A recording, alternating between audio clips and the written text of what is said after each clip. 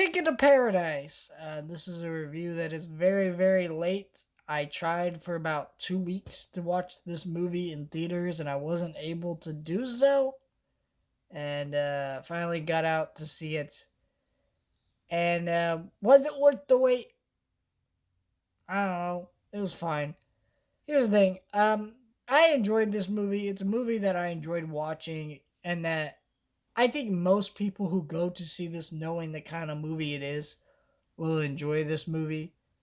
But that being said, they won't remember it after the one time that they watched this movie in the theater or at home. They're going to immediately forget about it because it's just one of those movies where it's got a bunch of charismatic celebrities who do a great job at making this bare bones, boring, lazy, stupid script and plot, and that's cliche, make it work, they make it entertaining, but they can't do enough to make it a good movie that you're going to remember. And that's what this film is. Because I watched this movie, and this is so here's the thing. This I will say this movie has one of the worst trailers I've ever seen. In the trailer, they point blank show you that the husband and wife, ex-husband and wife, steal the rings of their daughter for her wedding. They show you that kind of bit in the trailer. These are moments that that you could probably guess would happen in a movie like this. However, they still are spoilerish to the plot and more than need to be shown in some of these trailers and things like that. Yeah, so the trailers like this make it really bad. But I think if you have seen the trailers, it shows you exactly what the kind of movie this is.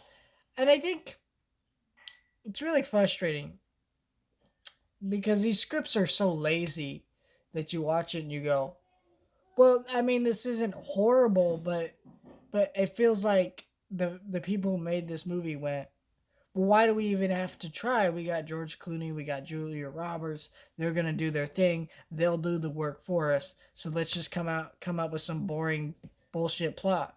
Well, if you'd actually gotten talented people to make this movie, you can have them do their thing, but you can also do things to make it more memorable and fun. At least something that you'll remember at least more than after your first viewing.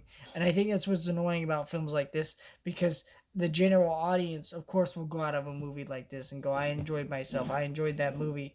But they're not going to remember that movie, but yet they still eat it up. And I think that's the sad thing about movies like this because people are complacent and they don't ask for better out of certain movies. We don't get better. And I think that's why a lot of those comedies in the early 2000s died off because they don't ask for better. And so when we get a lazy comedy that has a bunch of actors who are doing their thing fine enough, like think about an Adam Sandler movie. How many times do you say, now you see critics tear those things apart, but do you see actual like general audience members tear those things apart? No, because what they see Adam Sandler, he does his thing and they're happy. They don't ask for better. And that's why it's important as critics that we kind of show a little bit of what's wrong with that because again, I went to this movie, I enjoyed myself. I had fun with George Clooney and all them, and it's just I love George Clooney. I like watching him movies, but I was also struggling because I'm like, well, I want something better, and I think that's where the frustration with these movies are at this point. We need to be asking better.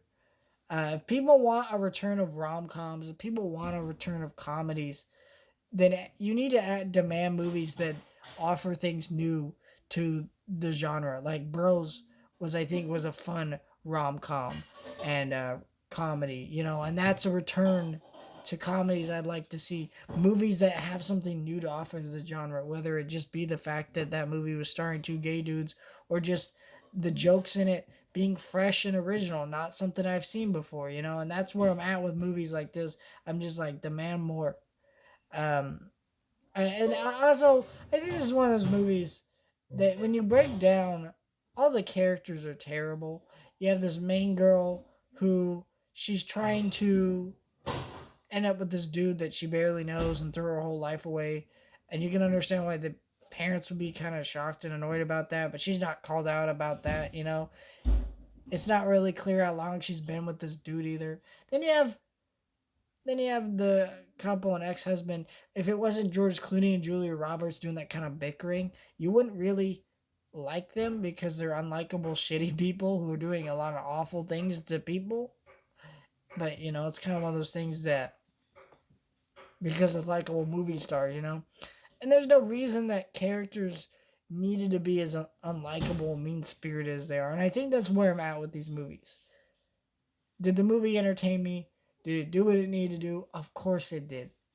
But you know, just because the the waitress at Starbucks helps you get the coffee that you want doesn't mean that she's doing the best job that she could be doing, if that makes sense. You know, she could have let you know about some of the deals, today's special, but she didn't do that. And that's basically what this movie is to me. It's like it's someone who just hands you your coffee and waits for you to leave. You enjoyed that coffee, but you're not going to remember that coffee because there was no love or care put into that coffee. It was just a coffee that was just thrown out there. And that's what this movie is for me. Um, I might sound very cynical in this review, but that's just kind of where my thought process with this was. Because I did go into the theater, I had fun, I enjoyed myself, but I haven't thought anything about it since I left the theater. And that's kind of where I'm at.